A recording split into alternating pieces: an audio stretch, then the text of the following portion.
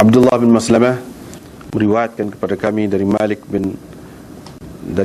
dari Abdurrahman bin Abdullah bin Abdurrahman bin Abi Sa'sa'ah dari ayahnya dari Abi Sa'id Al-Khudri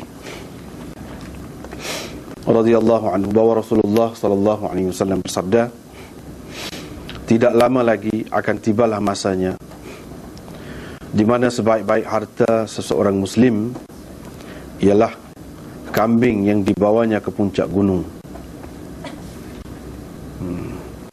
dan ke kawasan-kawasan tadahan hujan. Dia lari demi agamanya daripada pelbagai fitnah.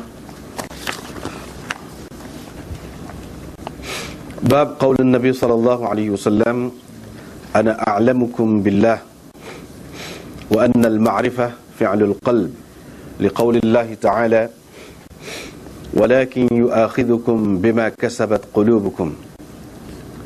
Bab ke-13, sabda Nabi sallallahu alaihi wasallam, saya adalah orang yang paling tahu di antara kamu tentang Allah, dan ma'rifat itu adalah perbuatan hati, kerana Allah telah berfirman walakin yu'akhidhukum bima kasabat qulubukum, bermaksud tetapi dia mengira sebagai kesalahan kepada kamu dengan apa yang diusahakan oleh hati-hatimu. Wa bihi qala haddatsana Muhammad bin Salam qala akhbarana Abdah an Hisham an abihi an Aisyah qalat kana Rasulullah sallallahu alaihi wasallam idza amarahum min al-a'mal bima yutiqun qalu inna lasna kahay'atik ya Rasulullah inna Allah qad ghafara laka ma taqaddama min dhanbik wa ma ta'akhkhar فيغضب حتى يعرف الغضب في وجهه ثم يقول إن أتقاكم وأعلمكم بالله أنا. Muhammad bin Salam telah meriwayatkan kepada kami, katanya Abdah memberitahu kami dari Hisham dari ayahnya dari Aisyah, beliau berkata Rasulullah sallallahu alaihi wasallam apabila menyuruh orang, baginda akan menyuruh mereka melakukan amalan yang mampu dilaksanakan. Tetapi mereka pula berkata, kami tidak sepertimu wahai Rasulullah, kerana sesungguhnya Allah telah mengampunkan dosamu yang terdahulu dan yang terkemudian. Maka marahlah Rasulullah sallallahu alaihi wasallam sehingga nampak yakni tanda-tanda kemarahan pada wajahnya. Kemudian baginda sallallahu alaihi wasallam bersabda, sesungguhnya yang paling bertakwa dan yang paling tahu tentang Allah di antara kamu adalah aku.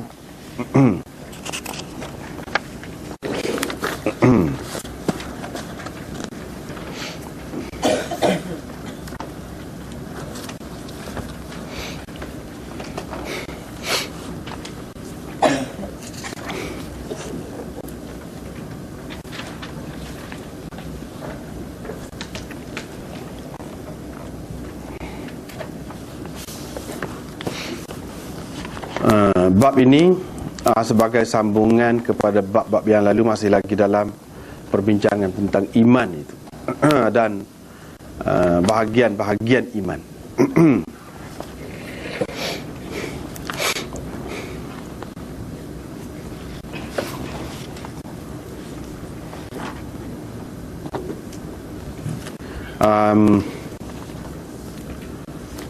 Seperti bab-bab lepas, bab-bab yang lalu kita bincang dah.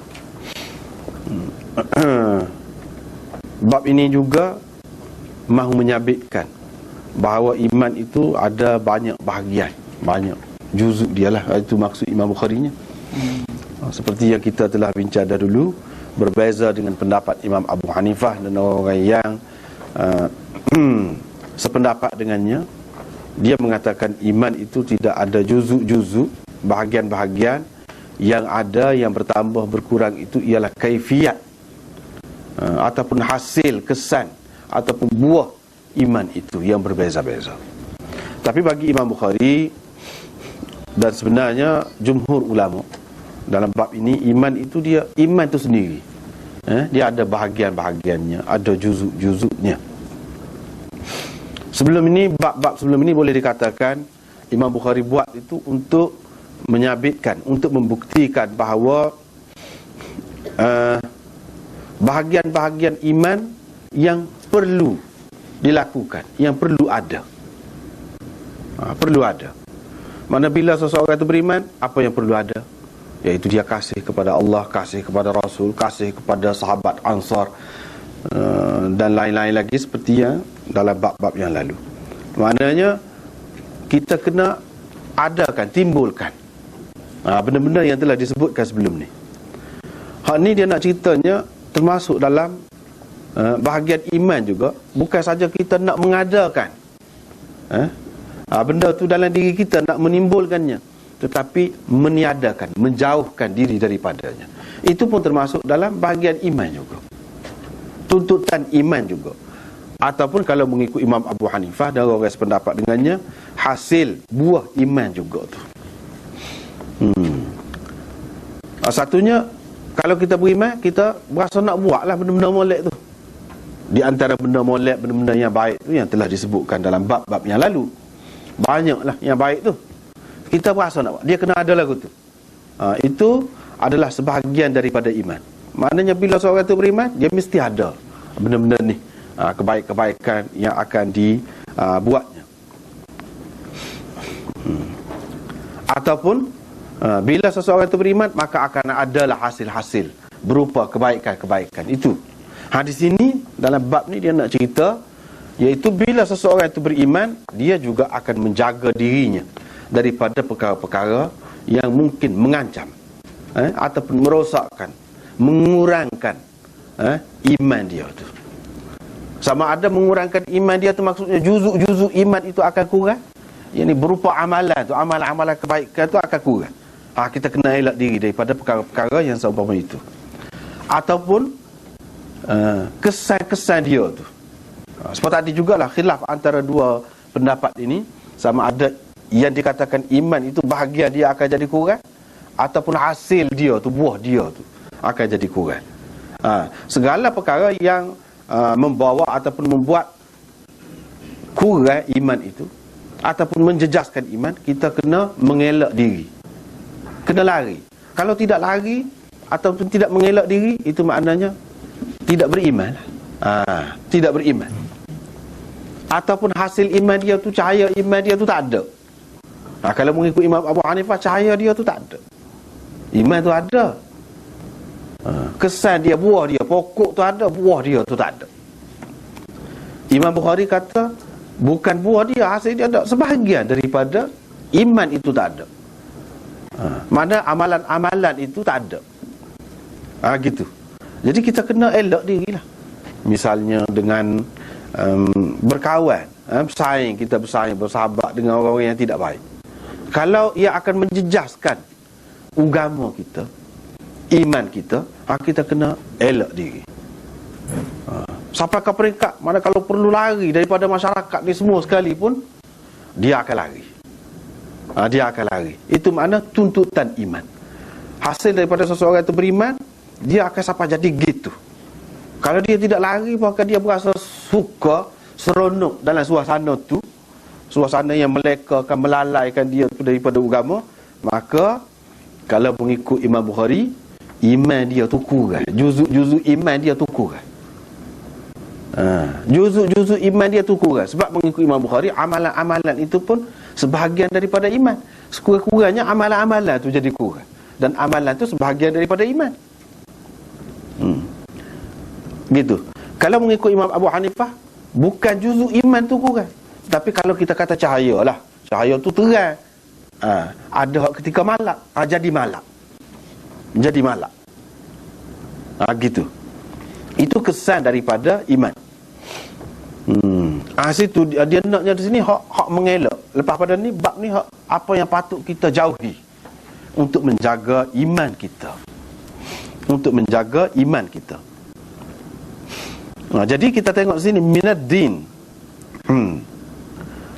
Min itu kalau kita belajar dari segi nahwu Arab apa tu banyaklah. Min itu kerana agama, lari daripada fitnah. Yani lari daripada fitnah, minad din li ajli din, untuk ataupun kerana agama. Tapi kita terjemah di sini, sebahagian daripada ajaran agama ialah lari daripada fitnah, bukan kerana agama. Sebahagian. Sebab apa? Sebab nak jaga selera, kita kata, ataupun mazhab, ataupun pendapat Imam Bukhari itu. Sebab bagi dia iman itu ada juzuk. Jadi kita pakai min di situ dengan makna min tab'idiyah. Kalau dari segi nahwu lah. Kalau dari segi nahwu, kita pakai min di situ min tab'idiyah dengan arti sebahagian. Sebab tu kita terjemah gitu. Mungkin berbeza-beza lah cara terjemah tu. Tetapi yang saya pilih ni sebab apa? Sebab melera kepada aliran Imam Bukhari tu. Sebab kita nak terjemah-terjemah ni pun kena tengok aliran orang tu juga, dia nak lah ke mana. Tak boleh kira orang lain ramah lagi tu. Orang lain boleh jadi kata gini, kata gini, kata gini. Dia sendiri tu, macam mana fahaman dia? Bagi dianya iman itu ada juzuk. Jadi sebahagian. Sebab tu sebahagian tu makna juzuk lah. Sebahagian daripada agama. Ialah lari daripada fitnah. Lari daripada perbuatan lari itu sendiri tu adalah sebahagian daripada agama. Tidak lari itu makna tak ada bahagian itulah pada kita. Dalam keadaan kita perlu lari, kita tidak lari, makna kita tidak ada bahagian itulah. Sedangkan agama ni bukan suruh pergi saja, pergi tekan saja, buat saja, tidak. Ada benda-bendanya yang dia sungguh tinggal. Kalau kita tak tinggal, maknanya tak ada bahagian tu. Bahagian agama hak tu tak ada. Yang kita tahunya buat. Misalnya setengah-setengah orang tu dia ada amar ma'ruf saja, nahi anil munkar tak ada. Misalnya tak sih. Ataupun dia buat kebajikan saja, tinggal maksiat tidak. Tak sih. Sebab agama ni dia mengandungi dua perkara tu, buat dan tinggal. Buat dan tinggal. Hak ni nak cerita ni hak tinggal. Hak kena tinggal. Lepas tu Imam Bukhari di sini dia pelik sikit. Tapi sebelum pada ni kita rayak dah cara dia tu. Kalau tak rayak cara tu, terjemah saja tak faham. Dan boleh jadi kita keliru pula. Imam Bukhari di sini nak menyabitkan hak asalnya. Dia nak membuktikan bahawa iman itu ada banyak juzuk. Iman itu murakkab, bukan basit. Bukan satu benda saja, tetapi terdiri daripada beberapa perkara. Yang mana ulama sebut iaitu tasdiq bil qalb, membenarkan dengan hati, mengucapkan dengan lidah, dan melakukan dengan anggota. Dengan anggota, itulah makna iman. Di sini Imam Bukhari tidak sebut iman. Dia tidak kata babun minal iman al-farar ataupun al-firar minal fitan. Dia tidak kata iman itu. Itu pelik cara Imam Bukhari. Tapi dia kata minad din. Dia nak buktikan iman itu ada juzuk. Tiba-tiba sekarang dia sebut din itu ada juzuk. Apa makna? Sepatutnya dia kata minal iman.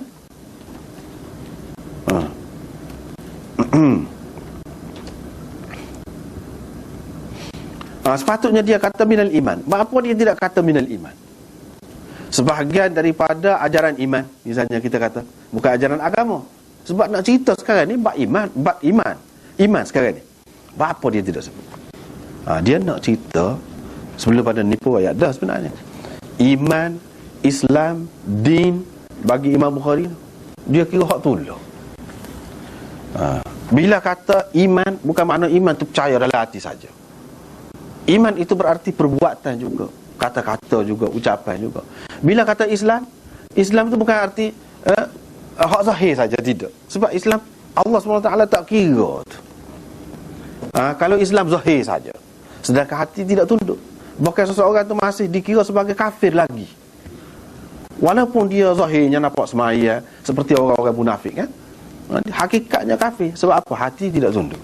Maknanya Islam yang diterima Allah hak sekali dengan iman. Iman yang diterima Allah hak sekali dengan Islam. Lepas tu kedua-dua ni pun dia ada din itu. Din ini pun hak tolak. Din ini pun cara hidup. Cara hidup semua sekali. Itu yang dia katakan din, yang menunjukkan kita ni patuh kepada Allah Subhanahu Wa Taala. Dan itu maknanya patuh, turu Allah Subhanahu Wa Taala. Turu ni dalam segala gerak-geri kita lah. Dalam seluruh kehidupan kita. Itu makna din. Dia kena sekali, ada hak tu. Kalau tak ada iman, ada cara hidup saja. Tak boleh juga. Cara hidup saja, iman tak ada, tak boleh. Islam tak ada, hak syariat tu berupa syariat, tak boleh juga. Dia kena ada belaka sekali. Jadi sehingga boleh tukar-tukar tu. Sebab bagi Imam Bukhari selalu dia kata, kita tengok dalam Quran, dalam hadis, dia guna di tempat satu sama lain. Kadang-kadang tempat iman dia guna amal, kadang-kadang tempat iman dia guna Islam, tempat Islam dia guna iman. Banyak kita jumpa lagu tu. Sehingga boleh kita katakan yang dimaksudkan dalam Islam ini iaitu kena ada ketiga-tiga tu. Tak boleh ada sah. Dan semuanya ada juzuk-juzuk dia. Kalau kita kata din di sini pun tidak salah. Cuba kita perhatikan. Inna ad-dina 'indallahil Islam. Agama di sisi Allah, ataupun kalau kita nak terjemah cara baru ni, dia kata cara hidup yang diterima di sisi Allah ialah Islam. Jadi kan Islam dengan din tu hak tula. Islam tu apa dia? Ad-din. Din yang sebenarnya apa dia? Islam. Hak tula kan tu. Dalam ayat tu. Jadi kalau kita guna din tempat Islam pun tidak salah. Wa man yabtaghi ghairal Islam dinan falan yuqbala minhu. So siapa yang mencari selain daripada Islam sebagai agama dia, tidak akan diterima daripada dia. Maknanya agama selain daripada Islam. Kalau jaga, tak ada. Jadi agama yang diterima oleh Allah SWT hanya Islam. Islam dengan agama yang sebenar hak tula. Dengan sebab tu dia kira minad din di sini. Dia tidak sebut minal Islam ataupun minal iman. Kalau kata gitu pun boleh. Minal Islam, al-firar minal fitan, memang tuntutan Islam pun. Minal iman, al-firar minal fitan, memang tuntutan iman pun. Jadi tuntutan din yang sebenar, ad-dinul haq, ataupun tuntutan iman, tuntutan Islam, serupa je. Tu Imam Bukhari. Lepas tu apa yang dia pilih minad din di sini? Sebab dalam hadis tu dia sebut din di sini. Cuba kita perhati ya. Qala Rasulullah sallallahu alaihi wasallam, ni bawah ni, yushiku an yakuna khayra malil muslim ghanamun yatba'u biha sya'af al-jibal wa mawaqi' al-qutr yafirru bidinihi minal fitan. Bidinihi dia sebut din. Dia tidak sebut yafirru bi imanihi ataupun bi islamihi, tidak. Tetapi dia kata yafirru bidinihi. Oleh kerana dalam hadis ni sebut din, maka Imam Bukhari fikir hak paling sesuainya untuk dijadikan tajuk ini ialah lafaz hadis tu sendiri. Dan lafaz hadis kalau sebut din bukan bermakna sesuatu yang lain, yang asing, yang bercanggah daripada iman ataupun Islam. Hak tu lah je. Hak tu lah. Itu sebab Imam Bukhari buat tajuk gitu.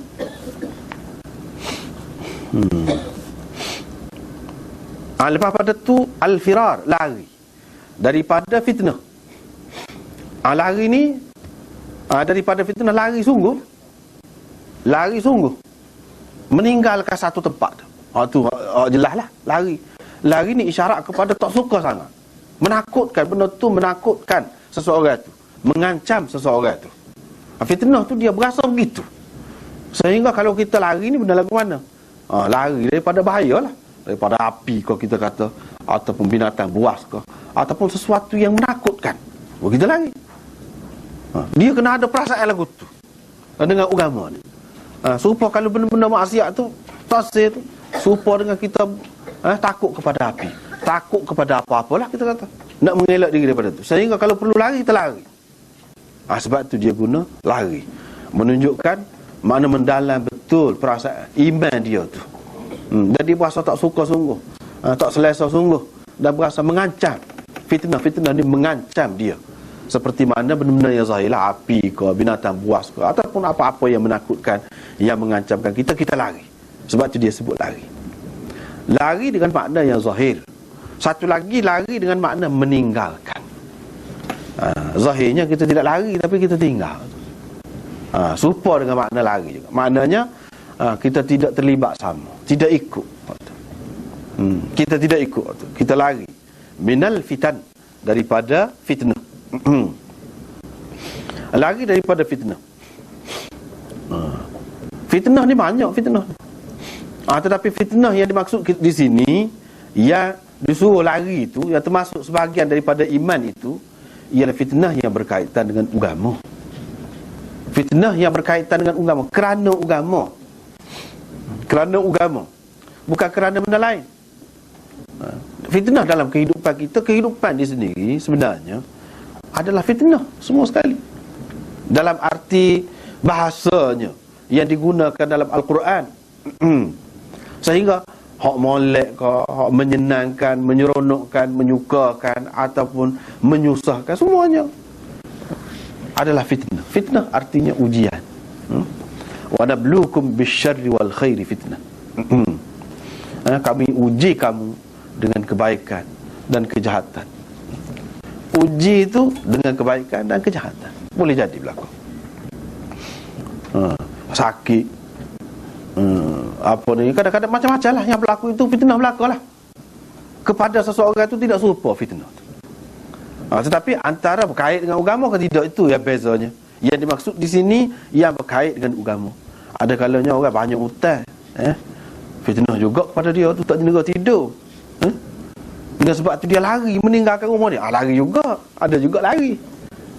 Fitnah juga. Tapi berkait dengan agama ke tidak? Berkait dengan agama ke tidak tu? Boleh jadi tidak, dia biasa je.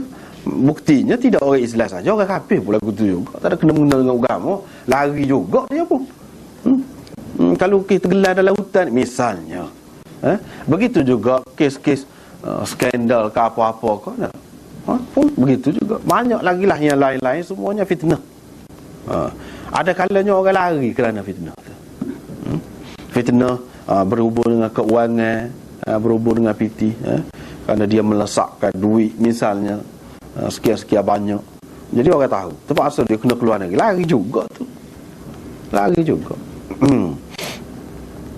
Fitnah juga, ujian tahu dah sakit situ, lari tak usah duduk situ. Sebab apa? Takut kena penyakit tu. Itu hak zahirnya.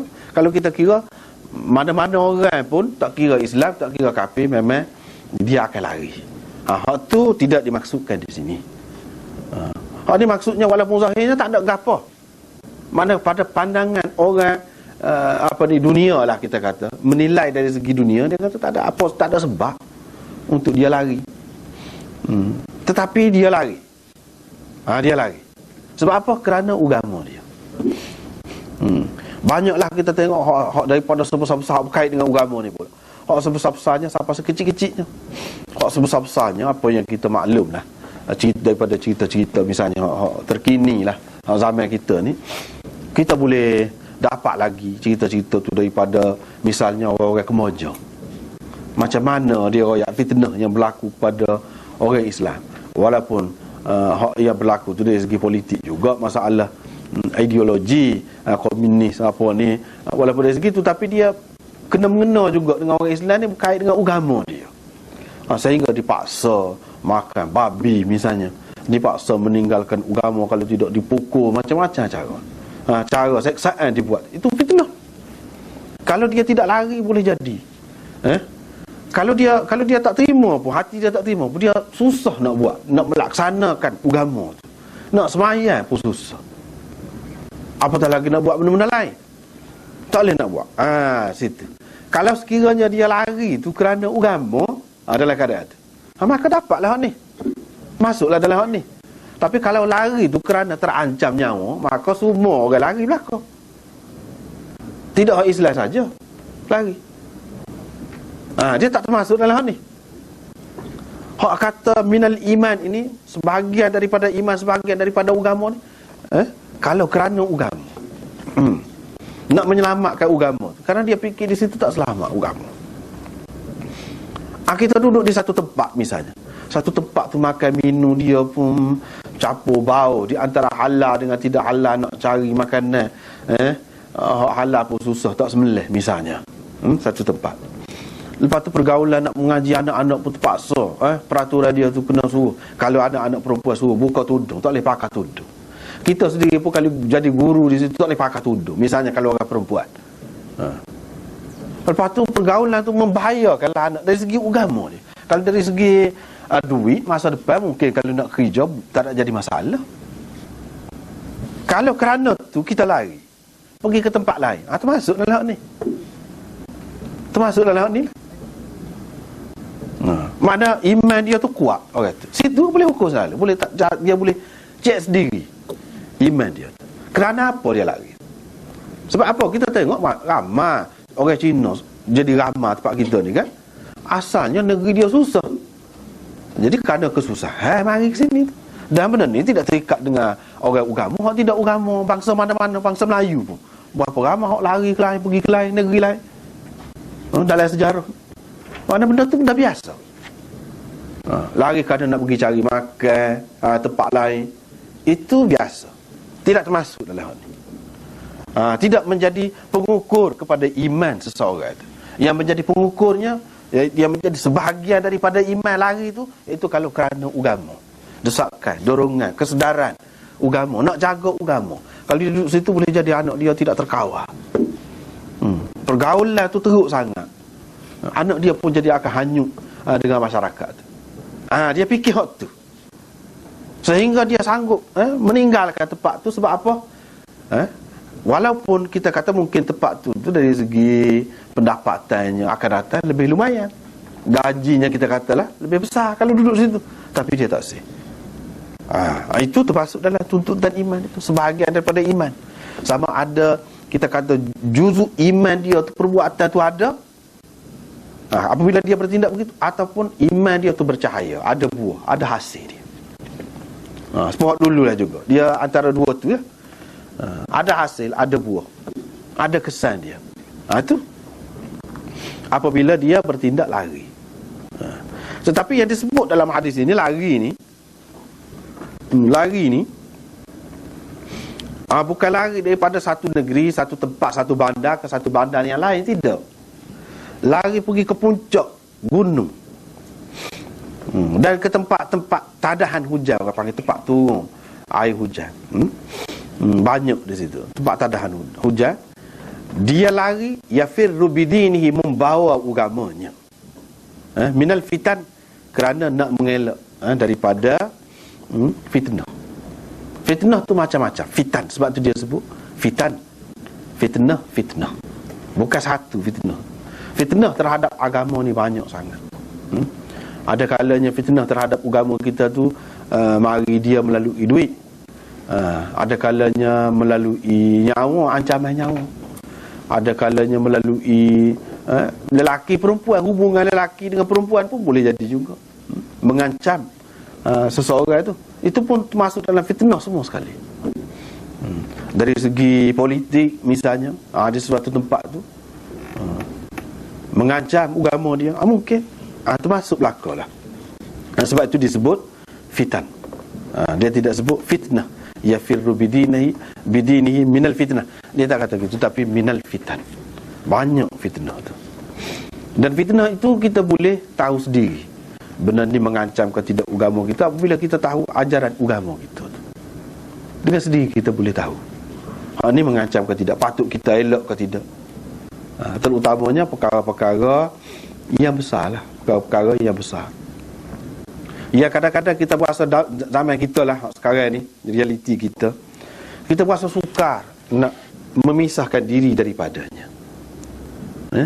Tetapi kalau kita ni betul-betul beriman, dia gitu, itulah nak ukurnya, nak ukur tu, nak test kita sendiri. Kalau sekarang ni ada nak test kencing manis lah, nak test darah tinggi lah, guna alat tu. Ni nak test agama kita, iman kita lagu mana. Misalnya sekarang ni bank mana-mana, kan? Kita terlibat dengan bank. Bank tu mengamalkan riba, katakanlah. Boleh dikatakan, terutama kalau suatu ketika dulu lebih-lebih lagu tu berlaku. Pak, kita nak lagu mana? Nak lagu mana? Kita akan terlibat, terkena. Bahkan betul sebab Nabi SAW pun ada sebut dalam hadis Ibnu Majah, mana akhir zaman ni akan kena, akan ada satu masa mana kalau orang tu tidak terlibat dengan riba secara langsung pun, debu-debu dia tu akan kena. Yalah, sungguh lah. Zaman kita tepat dah tu. Dalam keadaan tu kita tengok ni riba, tentu dah riba kita faham dah. Tapi kalau kita ambil riba ni banyak keuntungan boleh. Ataupun kita ambil riba ni, kita kata dari satu segi nampak kita berasa tak banyak lah. Orang bagi bunga tu tak banyak. Nisbah dengan misalnya kita kata hak satu lagi tu walaupun atas nama jual beli kita kata banyak. Kalau kita nak ubah nama bunga ataupun riba kan lebih banyak lah. Situ kita nak pilih hak mana. Cabaran tu, cabaran. Situ kita nak pilih hak mana. Adakah kita ni sampai ke peringkat darurat sungguh atau tidak? Tu kita boleh tanya diri kita sendiri. Darurat sungguh ni lagu mana? Situ. Andai kata kita terlibat lah, maknanya sebahagian daripada tuntutan, sebahagian daripada iman kita tu tak ada. Dah satu juzuk bahagian tu tak ada. Sepatut kita lari, kita tak lari. Kita pergi terlibat pula. Mana tak ada bahagian tu. Ataupun kalau mengikut Imam Abu Hanifah, mana kalau lampu lah, kalau kita kata lampu, ruangan ni cerah, ruangan tu gelap. Bahagian tu, kesan dia tu tak ada. Kesan iman di bahagian tu tak ada. Sebab orang yang beriman cukup, mana dia cerah belaka. Ruangan mana-mana cerah belaka. Kesan iman tu ada belaka. Hak patut dia tekan, dia tekan. Hak patut dia lari, dia lari. Ni dia tidak lari. Apatah lagi dengan mudah. Kalau kita kata dengan mudah, dia tak ada kuasa apa. Lagilah. Lagilah. Situ benda kena fikir dan mencabar sekali. Mencabar sekali. Di zaman kita ni. Jadi masing-masing zaman tu, orang Islam ni dia ada ujian yang tersendiri. Kita kata zaman kita ni tidak zaman perang. Tidak zaman perang seperti zaman Nabi dulu. Tak ada lah ujian perang. Sebab nak perang ni tak boleh perang tak tu kalau. Dia kena pemerintah yang sah, yang betul, kerana Islam nak berjual tu. Lepas tu cukup syarat ke apa. Kalau tidak tak boleh. Kita pergi nak hunggah tak tu kalau buat pedai gitu. Tak boleh. Dia kena cukup syarat dia. Maknanya kira-kira tak ada tu. Hak tu ada kepada orang zaman dulu. Di zaman Nabi SAW ada, selepas tu perang semacam. Tetapi dalam bentuk bank riba ni tak ada cabaran kepada puak-puak dia pada masa tu. Hak kena lawan. Hak kena lawan. Hak tu ada di zaman kita. Tak serupa. Tetapi jelas belaka tu. Kok ni pun jelas. Kok ni pun jelas. Kalau zaman dulu lari daripada perang, dosa besar. Tidak lari, ikut perang tu maknanya bukti iman kuat. Mana juzuk iman tu ada. Pasal itu dituntut. Lari tu tak boleh. Sekarang ni lari daripada riba. Lari tu macam-macam cara. Ada hak lari saja gitu. Ada hak lari dengan usaha. Lepas tu sampai ke bila kita nak lari? Hidup ni kena guna juga cara tu. Dia mikir. Ada yang mikir. Terutama yang ada ilmu bahagian tu. Dia cuba nak tukar sistem. Hak tu hendaknya. Jangan lari saja. Lari dengan perancangan. Dengan kira-kira. Sekurang-kurangnya kalau kita lari, kita tak pandai nak mengubah sistem pun. Apabila sistem berubah, kita sokong. Itu caranya. Bukan dengan cara lari gitu saja. Tidak maksud.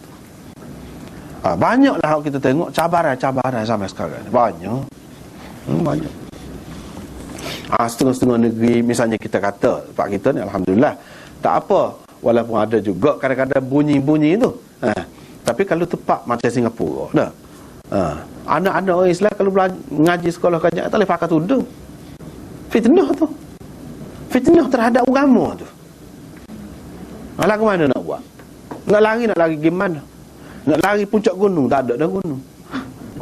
Tu jenau. Nak lari bangunan tinggi, memang bangunan tinggi lah, lebih pada gunung lah kita kata. Lepas tu apa makna? Pada agan. Dia ada kalanya lari ni tak ada makna. Sebab maksud lari ni tidak terlibat. Jangan terlibat. Kalau kita tidak lari pun kita boleh ubah sistem tu. Memang begitu pun cara Nabi-Nabi. Cuma di sini dia nak rayaknya kepada hak lemah. Hak tak boleh nak buat agak apa. Dalam keadaan darurat. Setengah-setengah keadaan. Kepada orang-orang tertentu. Bukan untuk semua orang. Kalau kita tengok Nabi-Nabi tak ada lari. Semuanya duduk dalam masyarakat. Tak ada apa sih lari bawa agama dia pergi bukit, pergi atas gunung, cari tempat-tempat tak ada hujan. Mana ada Nabi lagu? Tak ada.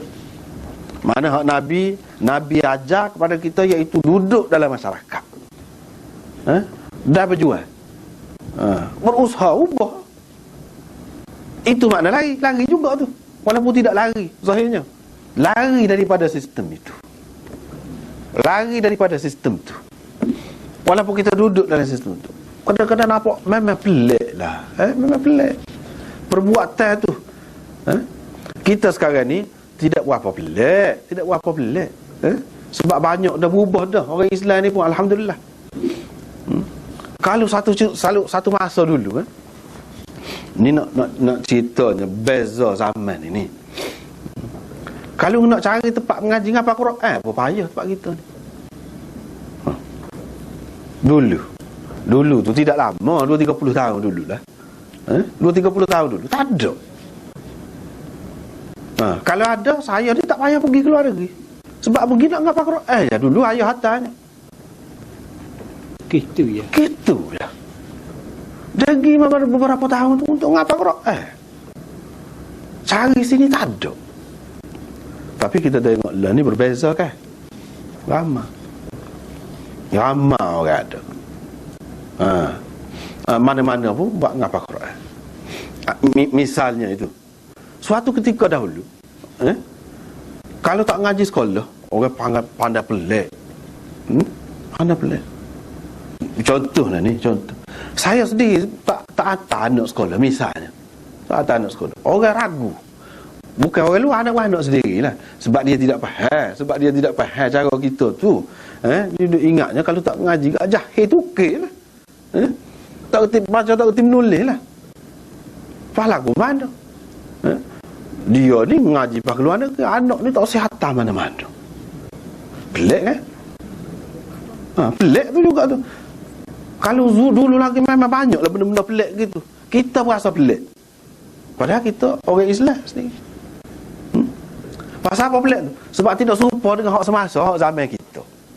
Hak zaman kita nya start ngaji pun biasalah. Lah ni alhamdulillah banyak dah berubahnya. Dalam sistem pendidikan umum pun banyak berubah. Tidak seperti dulu. Kalau dulu dengan pakai skopnya dengan gapo waktu hak besar-besar sekolah menengah pun mari kota dah pun lagu tu. Anak-anak tu lebah, anak-anak tu pun lagu tu, buat pejam mata senyap gitu. Tu cerita dulu. Jadi kalau tak ngaji, orang tak nampak tu benda-benda tu. Orang nampak tak boleh baca, tak boleh nulis. Hak tu hak utama.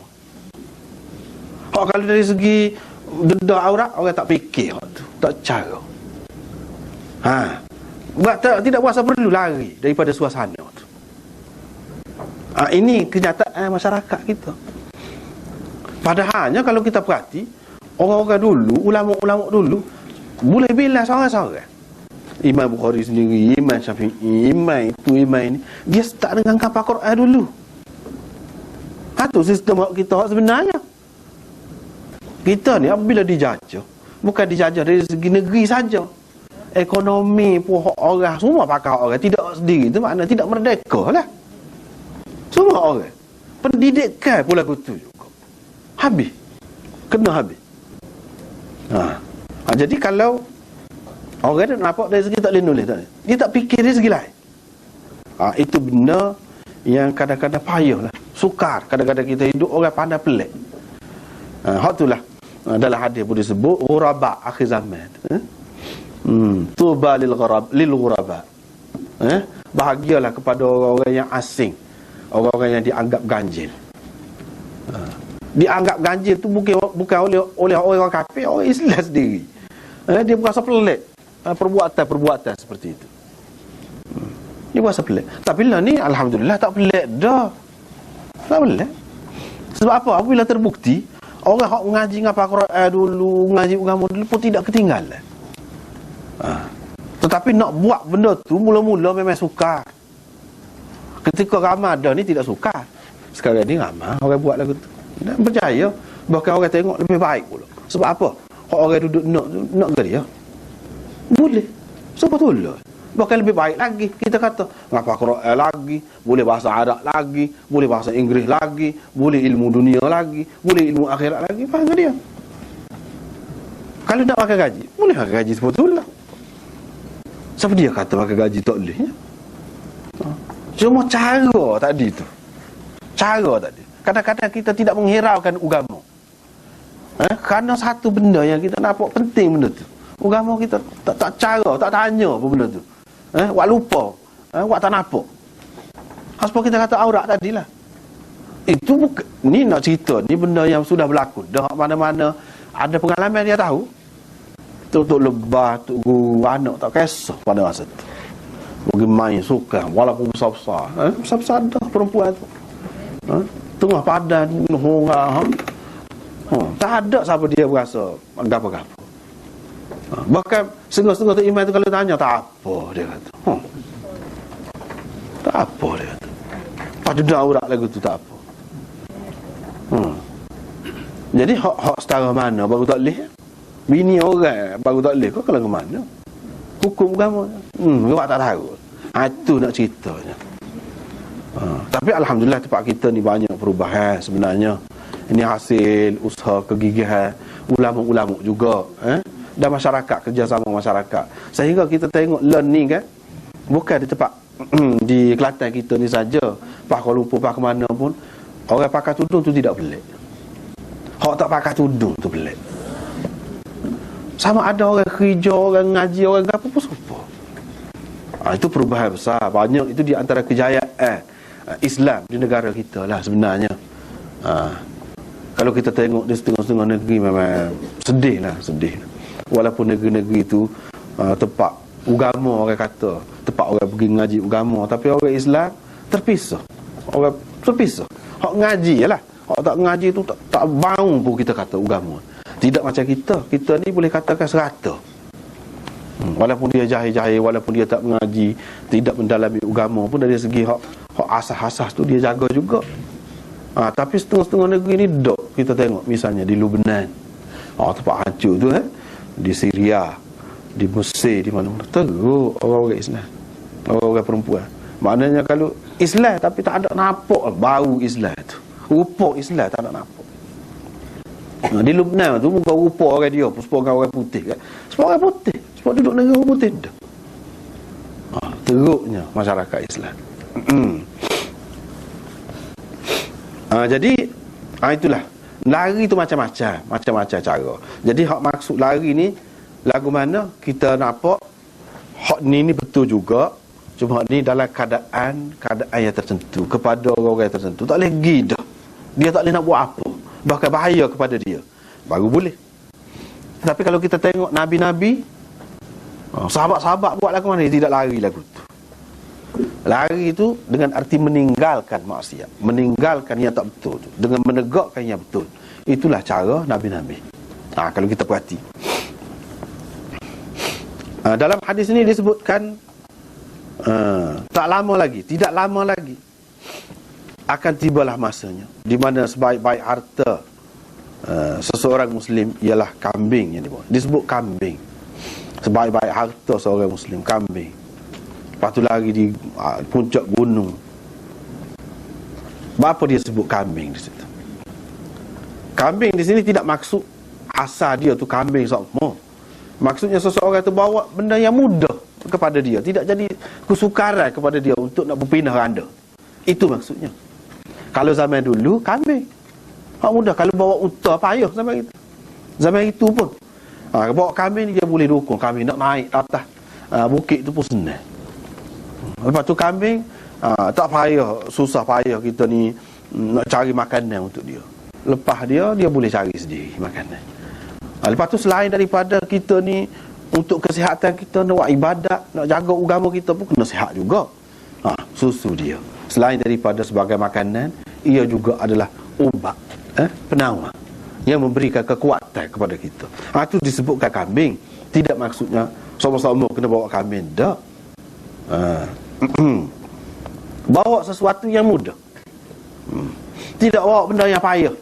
Tidak, benda yang berguna apabila duduk di atas bukit. Sebab kalau kita bawa emas, bawa piti di atas bukit, dia banyak. Tak berguna. Tempat nak pergi tu tidak nak guna pitih. Situ. Hak bergunanya bawa yang berguna di sana lah. Itu maksudnya. Kalau kita pergi satu tempat tu, hak berguna di sana. Tak usah fikir jadi susah. Nak lari tu jadi susah. Sebab apa? Banyak goni. Tak boleh lagu tu. Dia kena bawa hak mudah. Pergi Sya'afal Jibal di atas puncak-puncak gunung. Sebab di situ maknanya akan dapat ketenangan. Di situ tidak ada dah gangguan orang, tidak ada. Tempat tak ada hujan pun begitu juga. Maknanya tempat tu tempat yang subur, senang nak dapat air, nak dapat gapo, tak ada gangguan apa. Dan ini hak ni yang disebut ini bukan bermakna Islam ini menggalakkan rahbaniyah. Yang ni cara hidup kependitaan orang kata, ataupun cara hidup kepadrian. Yang ni dengan mengasingkan diri daripada masyarakat. Lepas tu tak bini, tak mana, buat pergi seorang. Ada lelaki ni, lepas tu kalau hak perempuan sesuai ke? Sesuai ke pergi ke tempat tu? Semata-mata nak mengelak daripada masyarakat ni. Lepas tu dengan pergi di sana tu gapo tak ada. Singa rimah ada tu. Kalau nak kira dari segi bahaya lagi. Nak ceritanya sebahaya-bahaya singa, rimah, ular, hak besar-besar tu, bahaya lagi ni kepada agama kita duduk dalam masyarakat ni kadang-kadang. Sehingga lebih baik kita menghadapi hak tu, bahaya tu. Sebab bahaya tu dia tidak mengancam agama. Tapi hak ni mengancam agama. Mengancam agama.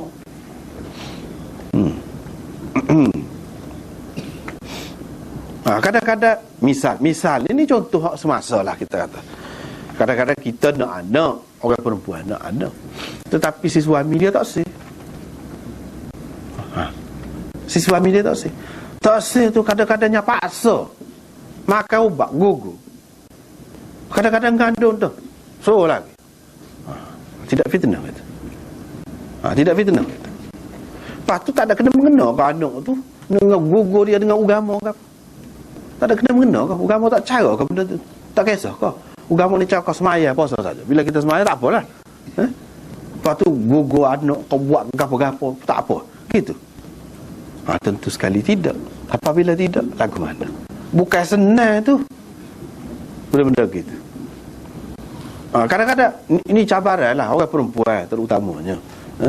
Kadang-kadang suami dia tu diketahui sebagai pembawa ajaran sesat. Tapi dia duduk lagi. Serba salah, setengah-setengah tu serba salah juga, tak sedap duduk juga. Tapi setengah-setengah tu dia leka duduk dengan gitu. Fitnah terhadap agama dia tu. Banyak sudut fitnah tu. Rela ke dia lari? Sanggup ke lari? Situ ujian tu. Besar tu. Besar. Terutama orang perempuan. Orang lelaki mungkin tidak seberat itu perasaan dia. Tapi kepada orang perempuan memang ujian besar. Tengok situ. Kalau dia tak lari, maknanya sebahagian daripada agama dia tak ada. Sebenar hakikatnya. Ataupun kesan agama dia tu tak ada. Di bahagian tu. Kalau tidak siapa rusak ke dia sekali dengan dia. Takut-takutnya rusak sekali dengan dia bila kita reda ke dia. Lama-lama kita setuju dengan dia pula. Berapa ramai hal lagu tu. Asalnya molek. Berapa ramai orang yang mari jumpa dengan saya lah. Sebab dia muka tahu dah Syiah ni tak betul, gapo sesak. Di tempat kita ni pun majlis fatwa kau gapo-gapo majlis agama pun ijtihad dah sesak, mana tidak Islam, tidak ajaran Islam, menyeleweng.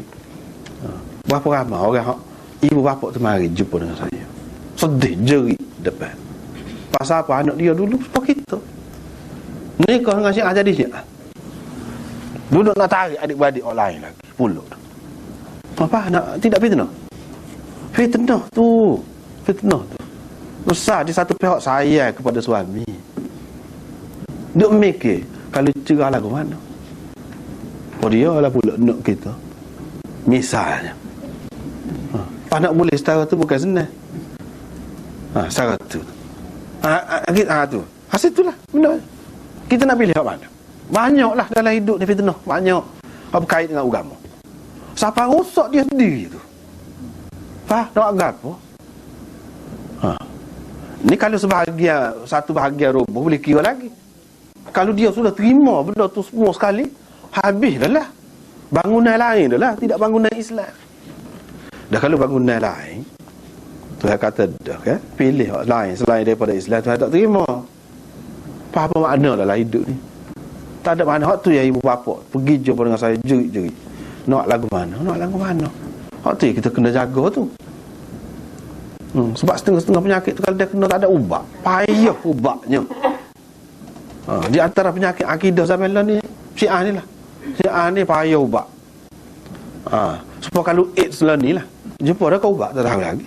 Rasanya tak jumpa lagi. Kalau gitu. Ataupun kalau kena dadah, ubat dadah.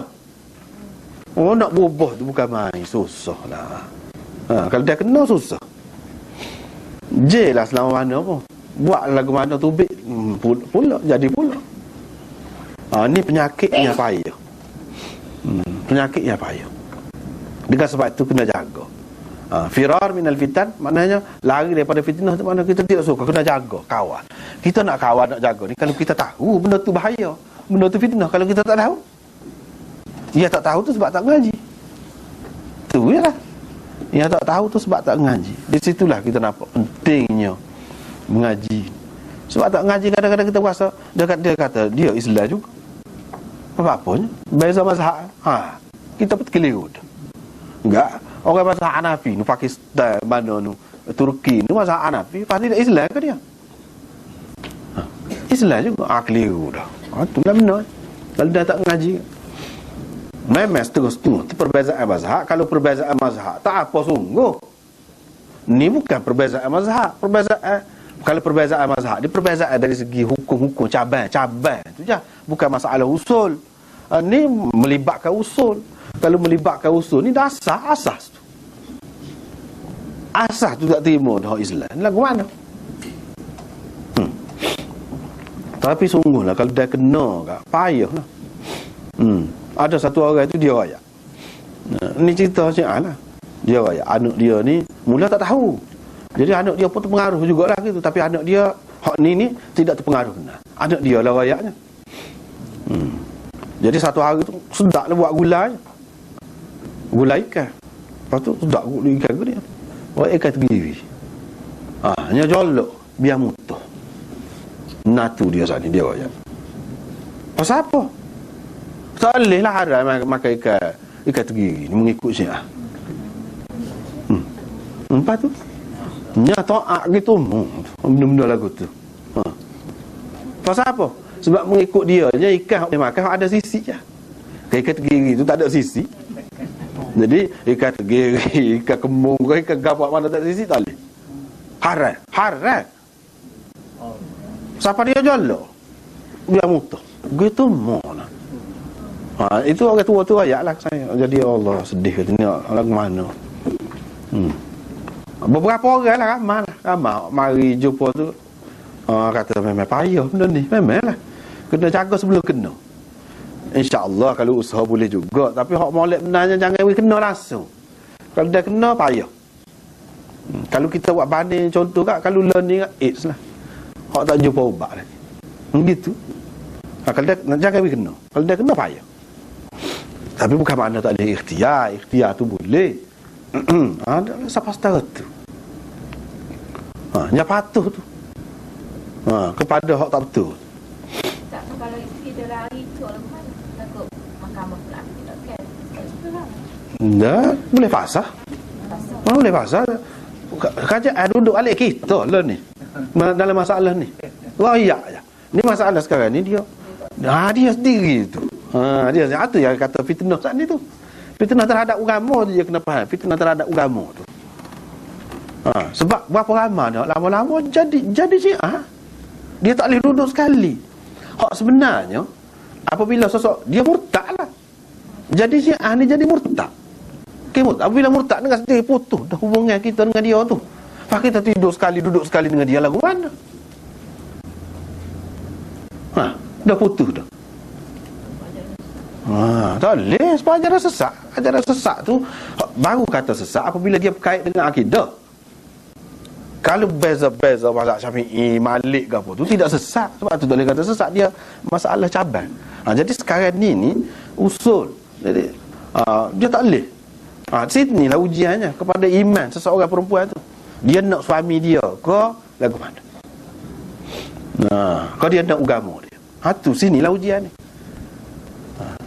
Sebahagian daripada iman, ajaran agama lari daripada fitnah. Fitnah. Dia kena lari. Kalau tak lari, mana tak ada dalam bahagian tu. Tu kalau ajaran hak sikit-sikit. Kalau hak berat dah sudah jadi murtad, dah putus dengan sendirinya hubungan kita dengan dia, kita duduk lagi. Lagu tu. Jadi banyak fitnah ni terhadap agama ni banyak. Sekarang ni kita tengok banyak lagi fitnah terhadap agama ni. Nak jadi Hindu lah, nak jadi Kristian lah, macam-macam nak jadi. Tu fitnah terhadap agama. Lari daripada fitnah, artinya ajar orang kita molek. Hak mana perlu belajar tu, belajar molek agama ni. Sebab kalau kena agama, tak ada, kita tak nampak nak pilih agama lain. Tak nampak jalan. Kalau kena Islam, orang-orang yang nak pilih agama lain ni jelas dia tak kena Islam. Dia tak tahu ke satu tu. Tak tahu ke satu tu, dia ada belakang lah, terlibat belakang lah.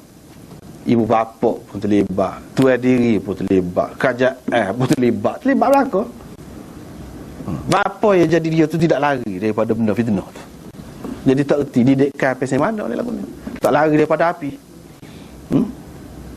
Tak lari daripada api. Tak lari daripada musuh, daripada benda bahaya. Kalau ayah tu dia ajar anak dia tu, bunyi bahaya sikit, mari lari. Pergi nus. Dia ajar cara dia duduk bawah kepok dia kau. Itu binatang. Sepatutnya manusia ni dengan benda yang membahayakan dia begitu. Itu hak semula jadi dah. Tiba-tiba ni dia tak ada berasa apa satu. Lari daripada tabiat semula jadi dah tu. Lari daripada tabiat semula jadi dah. Apabila berasa suka kepada benda yang bahaya kepada kita. Sebab tabiat semula jadi manusia tidak gitu. Binatang-binatang lain pun tidak gitu. Setiap yang membahayakan dia, dia lari. Dia tidak pergi dekat. Ni pergi dekat. Silap mana? Ajaran tak kena. Tentu dah kot tu. Dengan sebab tu, maksud lari daripada fitnah di sini termasuklah mengajar ajaran yang baik. Belajar dengan cara yang betul. Itu termasuk dalam lari daripada fitnah. Banyak sekali fitnah.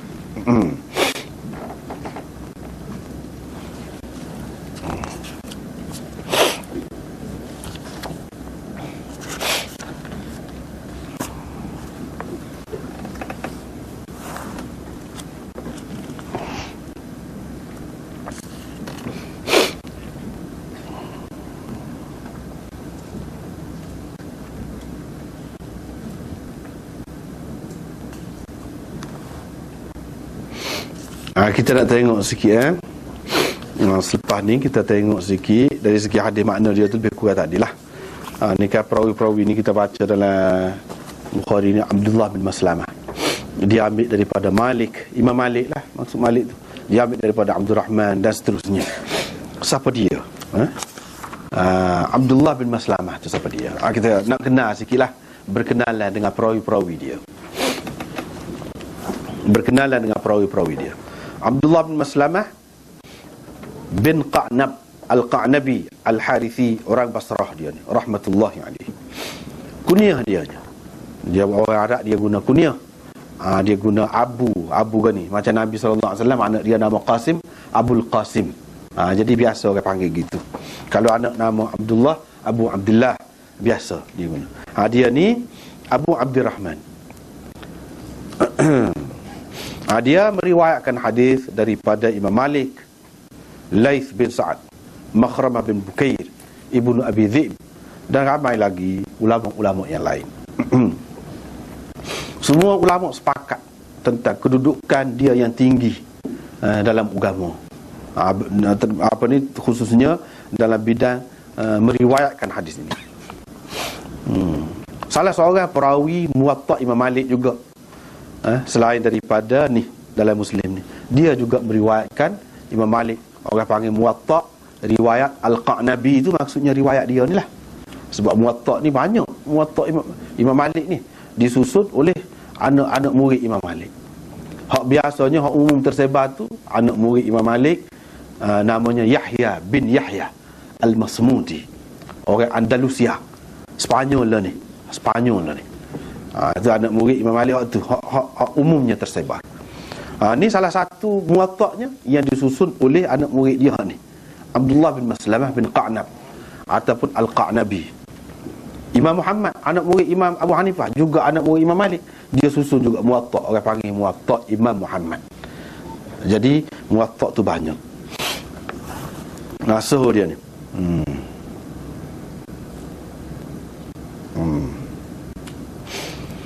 Ali ibn al-Madini dan Yahya bin Ma'in, kalau dalam riwayat muwatta' ni, mereka berdua ni tidak melebihkan muwatta' yang lain daripada muwatta' dia.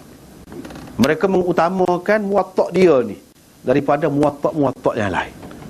Sebab muwatta' ni dia berbeza-beza pula. Ada setengah-setengah riwayat dalam muwatta' ni ada, dalam ni tak ada. Ada setengahnya rekah dalam ni, sini panjang. Dia beza-beza. Dari segi tertib dia pun tak serupa. Ni dua orang tokoh ni, dia tidak akan mengutamakan muwatta' orang lain daripada muwatta' Qa'nabi ni. Dia ni seorang yang mustajab doa dia. Mustajab doa dia. Orang mustajab doa ni, dia seperti dalam muwatta' lah juga ada sebut dalam muwatta' ini. Sa'id bin Zaid misalnya, seorang sahabat.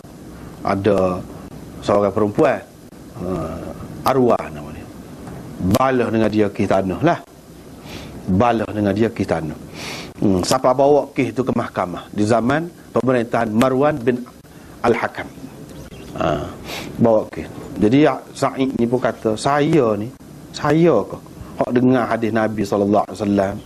Nabi kata, siapa-siapa mengambil tanah orang dengan tidak betul, Allah SWT akan kalungkan tanah tu. Siapa ke petala bumi ni, 7 petala bumi ni di padang mahsyar. Aku hak dengar lagu tu, aku nak kerja lagu tu ke? Dia kata. Marwan pun kata, saya tak akan minta saksi ke bukti ke apa pada hak tu. Sebab Sa'id bin Zaid ni salah seorang sahabat 10 dijamin syurga tu. Salah seorang.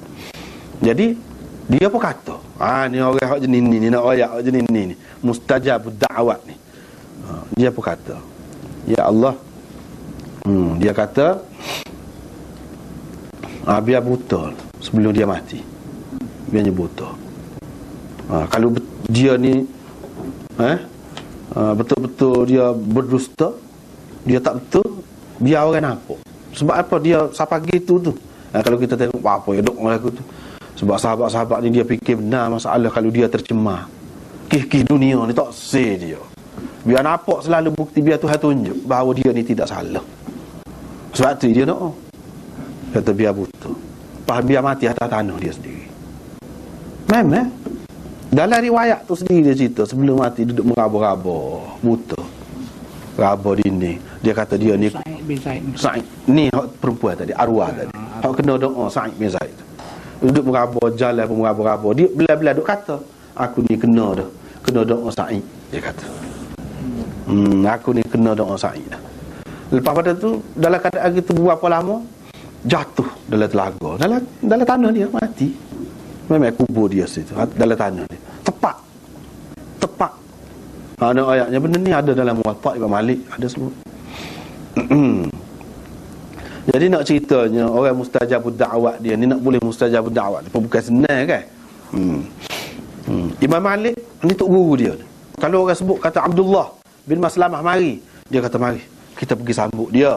Qumu bina ila khairi ahli al-ard. Mari bangun bersama-sama, kita pergi sambut orang yang terbaik di atas muka bumi ni. Siapa lagu tu Imam Malik kata. Anak murid dia pada. Dia kata orang yang terbaik. Maknanya pengiktirafan yang besar tu bila seorang imam kata begitu.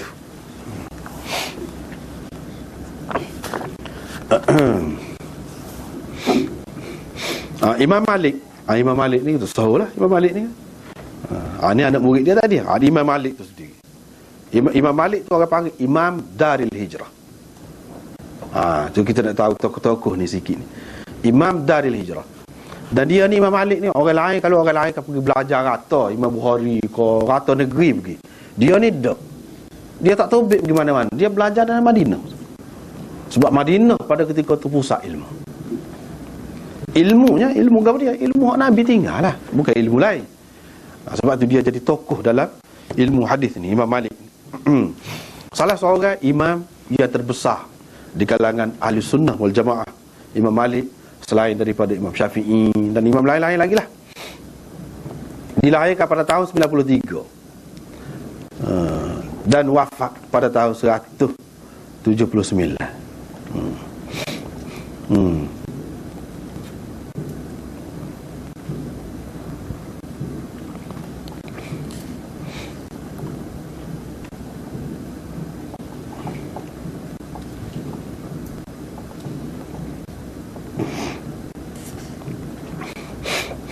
Ni. Dan dia ni sangat jaga ilmu Imam Malik ni. Bila dia nak mengajar, tapi di sini tak ada sebut orang lain lah. Bila dia nak mengajar, dia pakai comel-comel, paling comel. Itu cara Imam Malik. Dan kalau dia duduk tak ada kata gau-gau gosip, tak ada. Dia jaga dengan penuh. Ada sekali tu kala gigit je, kala kekoh atas belakang dia duduk dia merah muka. Jadi anak murid pun heran, apa yang nampak berubah muka. Tapi dia tidak gerak selagi tak habis majlis dia. Lepas habis tu barulah buka tu habis atas belakang ni. Tapi dia tidak gerak. Ayatnya hormat kepada hadis Nabi SAW. Itu Imam Malik. Tak gerak. Dan dia kalau di Madinah berjalan, dia tak pakai selipar. Tak pakai selipar. Apa orang kata? Hormat kau duduk dalam kubur tu Nabi SAW. Apa kita nak jaga kaki kita setara mana kaki kita ni? Lebihnya kakinya. Itu Imam Malik. Lepas tu Harun al-Rashid, raja pada masa tu lah, ajak pergi mengajar di istana dia lah. Tak sih Imam Malik, tak sih. Dia kata al-ilmu yu'ta, ilmu tu didatangi. Orang kata timba cari telaga, bukan telaga cari timba. Orang kita kata kan, orang kita kata gitu. Jadi dia kata al-ilmu yu'ta, ilmu tu didatangi, bukan ilmu yang datang. Mana kalau di majlis dia masjid lah, pergi situ lah siapa-siapa pun.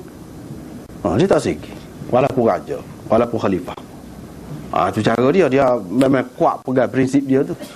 Lepas tu Harun al-Rashid pergi, bila pergi tu Harun al-Rashid ni kurang beradab sikit. Duduk tekan gitu, menyenggeng gitu. Dia pun kata, ya Amirul Mukminin, min ijlali Rasulillah ijlalul ilm. Termasuk dalam menghormati Rasulullah, menghormati ilmu, kata dia. Lepas tu Harun al-Rashid pun duduk molek lepas pada tu. Dia tegur, dia tak cara. Tu cara Imam Malik. Ada banyak lagi lah cerita Imam Malik ni. Orang tulis riwayat suku dah pula, kitab suku pula. Begitulah Abdul Rahman bin Abdullah dan lain-lain lagi. Ni orang-orang yang kemah belaka lah, tuk guru kepada Imam Malik ni. Lepas tu sahabat Abu Sa'id Al-Khudri tu pun memang orang yang hebat juga, orang yang kemah juga. Kita tidak nak sebut semua lah, kalau sebut semua tu panjang pula.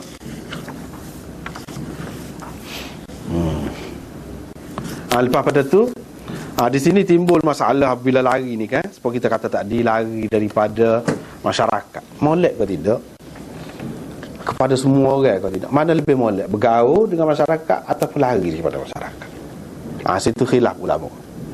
Tapi boleh dikatakan ulama sepakat mengatakan kalau seseorang tu dia diperlukan, dia tak boleh lari. Kalau dia lari, dia